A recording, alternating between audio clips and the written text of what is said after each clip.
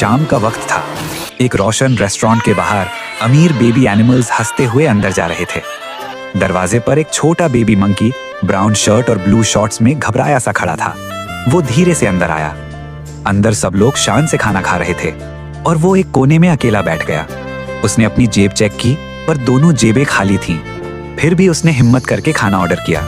खाना आया तो उसकी आंखों में चमक आ गई, लेकिन बिल देखते ही उसका चेहरा उतर गया। पैसे नहीं थे। अमीर एनिमल्स हंसने लगे। वेटर ने उसे बाहर निकाल दिया। रात में वो अकेला खड़ा था, आंखों में आंसू पर दिल में हिम्मत। गरीबी शर्म की बात नहीं, हार मान लेना शर्म की बात होती है।